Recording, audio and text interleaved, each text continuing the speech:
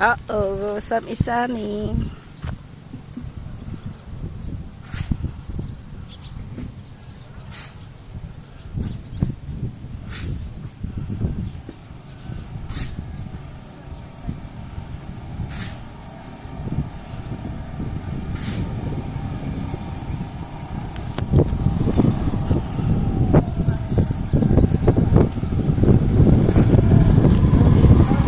Slowly, slowly.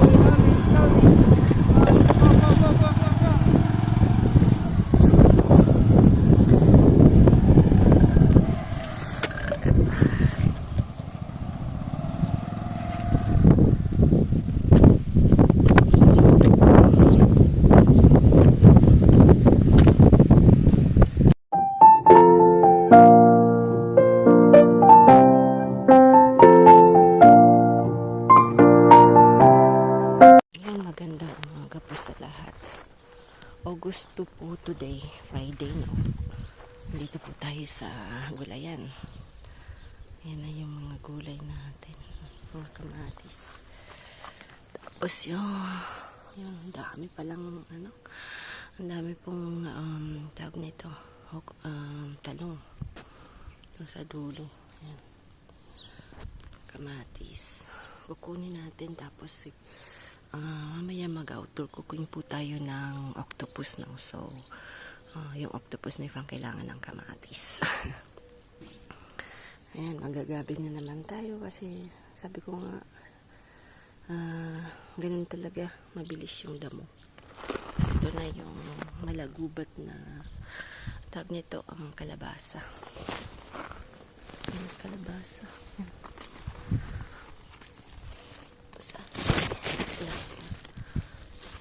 Isa lang pang nakikita ko.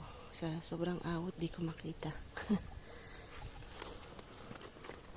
Tapos nabuhay yung binili natin sa North. Buhay siya. Kaya lang sobrang hot talaga ito. Nagsisimula ng maging red. Ayan. Malaki tong tomato na to. Ayan, malaki po siya. Malaki. Tapos dito try. Tingnan niya po. Kasi nagaano po. Kahapon 37, no? Pero outside siguro pag under the sun ka talagang mainit.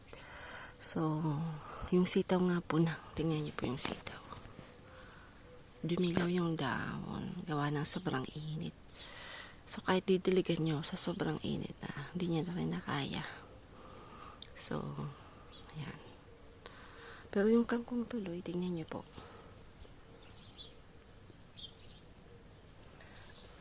Ang kangkong tuloy, okay. Ang kamote rin. Kamote tuloy, kaya niya yung sobrang init. Siyempre. So, ito na po yung hinil natin sa yung pagdating namin. Luyos na luyos to po. Tingnan nyo po. Pag linagyan nyo ng milk, nahihil po siya. So, yan. So, milk po.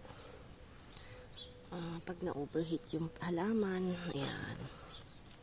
Tingnan niyo po. Hindi siya namatay. Ayan.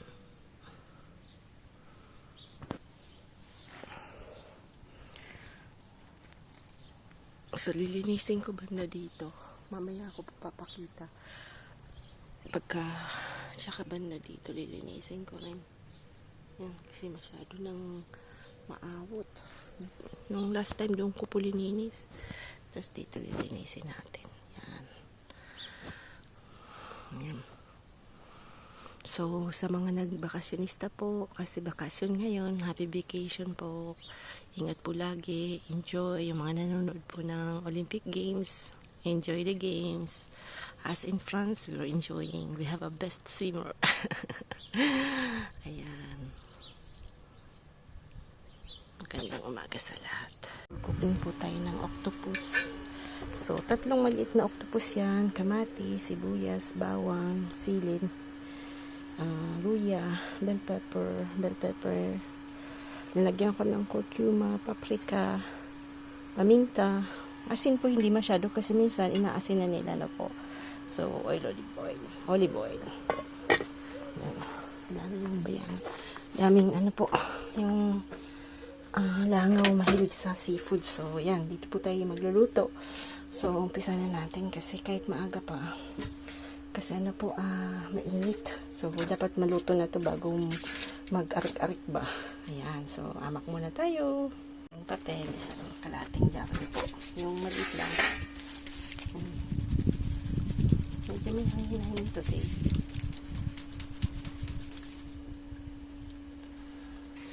Kaya lang yung ano ko po, yung mga sangang yan. Grabing ano na yan. Dry na dry po yan ha. Tingnan natin.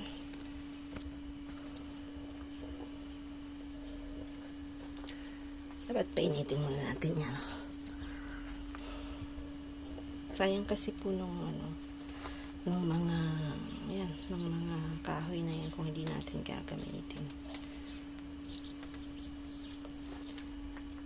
Ang mahal pa naman po ng butin ngayon. 38 na yata. Isang butin. 38 euro na po. So, tsaka ko naman po talagang gustong gusto ko yung luto-luto. Maliit pa lang ako. Mahilig na ako sa luto-luto sa labas. Yan. Sa Bicol. Yan. Luto-luto. Si Memet. Luto-luto. Matagal siyang umiinit. Pwede na.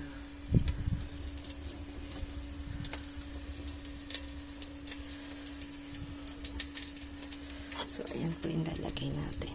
Kailang mag-isa lang ako. So, ito natin. Ganyan yung tirahin natin. So, bawang.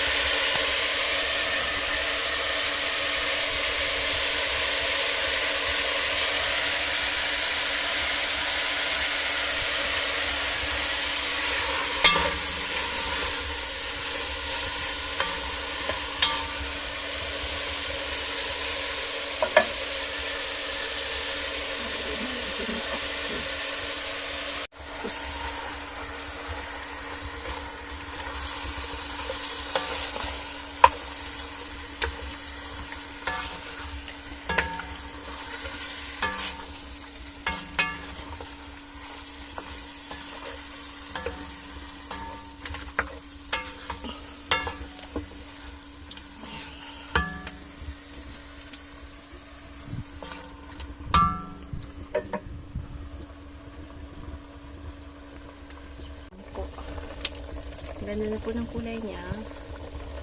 Ayan. So, init lang. Kaya ngayon, ang aga pa po 8 pa lang.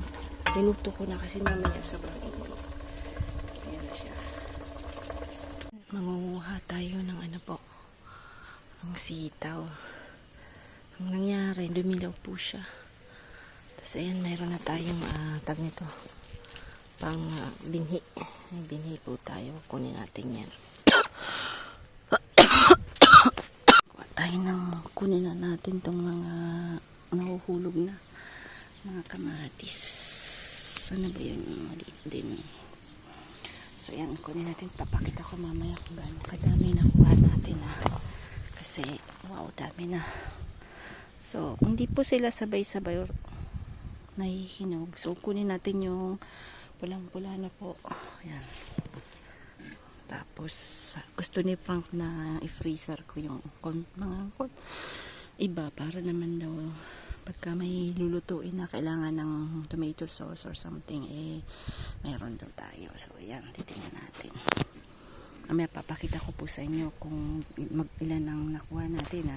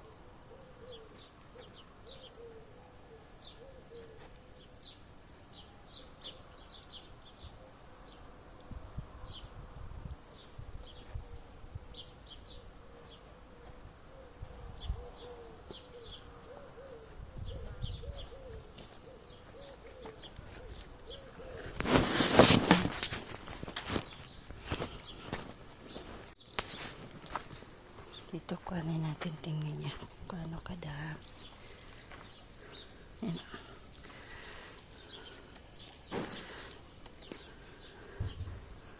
So, yan lang may maliliit dito. Ewan ko kung kulang sa dilig. Maliliit po sila, tingnan niyo po. Kaysa yung doon sa kabila ang lalaki. So, tingnan niyo kung maliliit, medyo maliliit. Kabila po ang lalaki. So, baka sa kulang sa dilig. Minsan ganyan talaga.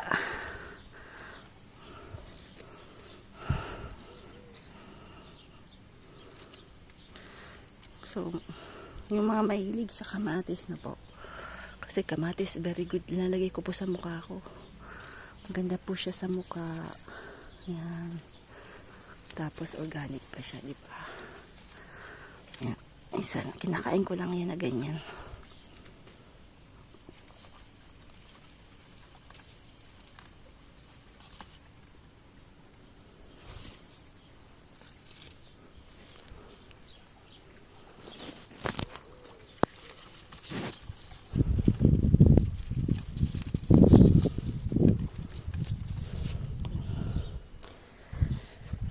Yan. Marami pa yan dito. Mga pula lang kunin natin.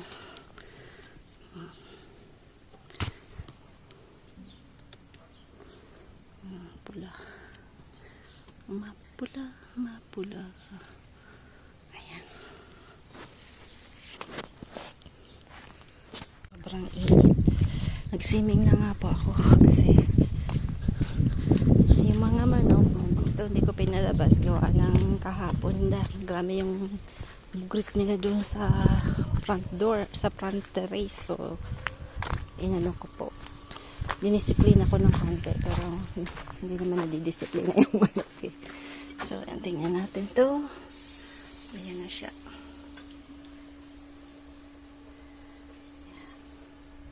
Lagyan ko po ng tomato paste. 70, kunti lang na grams. 70 grams yata yun.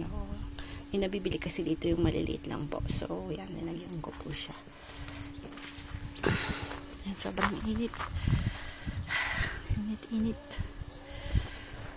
Init. Dito ako sa likod. Medyo malimpoy pang konti.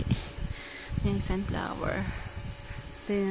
Anak ko, hinihintay ko mag-dry kaya lang nauubos na po yung seeds. Ayun.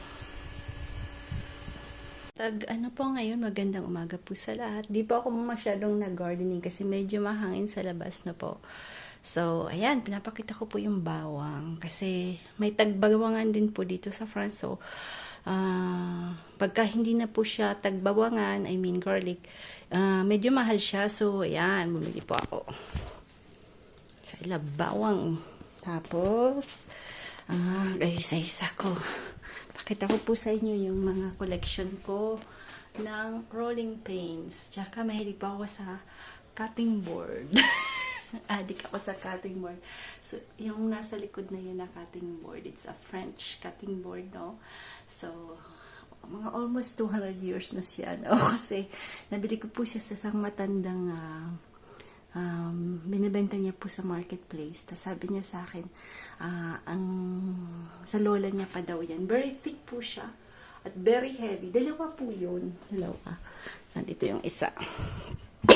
So, ang pangit lang po sa, ako kasi mahilig po ako sa mga old things. Pagka nagpi-flea market po ako, hindi ko ma-resist.